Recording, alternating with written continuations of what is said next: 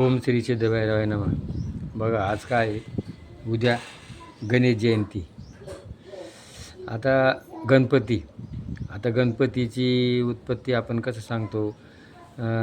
पार्वतीनं काय केलं, अंगाला हळद आणि चंदनाचा लेप लावला आणि ती एक दिवस शंकर तपाला गेला असताना तिनं काय केलं, तो लेप काढला, त्याची मूर्ती बनवली, संजीवनी मंत्र जपत होती आणि त्याचा मुलगा झाला.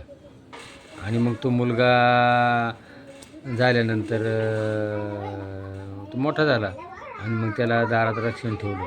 मग शंकर तिकडून आला आणि त्याने त्याची ती लढाई केली आणि त्याचं मुंडकं उडावलं आणि त्याला हातीचं बसवलं. ही पौराणिक कथा आहे. पण गण म्हणजे काय? समुदाय. आणि समुदायाचा कोण? नेता, गणपती. गणपती कोण आहे? आपलं मन आहे, बुद्धी. आणि गणपतीला लांब काय आहे? लांब कान आहे. तर गणपतीच्या कानांना काय आहे? आपण काय करतो? सूप काय करतं? चांगलं घेतं आणि वाईट चकून देतो. तसं कान त्याचे मोठाले, त्याच्या कानात जर मुंगी गेली तर त्याला भीती असते मुंगीची. म्हणून जे समाजामध्ये काय वाईट आहे ना, ते सोडून द्यायचं.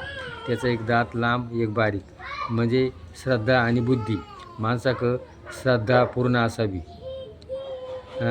गणपतीचे पाय बारीक आहे.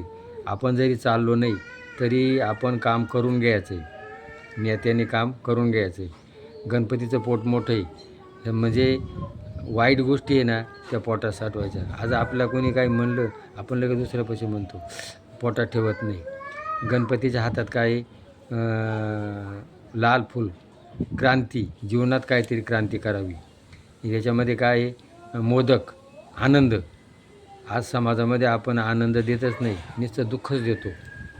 कार्यकर्ता जो असतो त्याच्या हातात काय? आसोडा असतो. वेळेवर शिक्षा केली पाहिजे. त्याने काय केली? दुर्वा, म्हणजे जी हरळी निरुपयोगी पण तरी त्याचा उपयोग आहे, ते त्याने दाखवून दिलं. त्याचं वाहन काय? उंदीर आहे. उंदीर हा कुठे जाऊ शकतो, प्रवेश करू शकतो आणि तो जमताना फुकून जमतो. आपल्याला जर काही बोलायचं ठरलं तर आपण उंदराचा आदर्श घ्यायला पाहिजे. म्हणजे गण म्हणजे समुदाय, समुदायाचा नेता.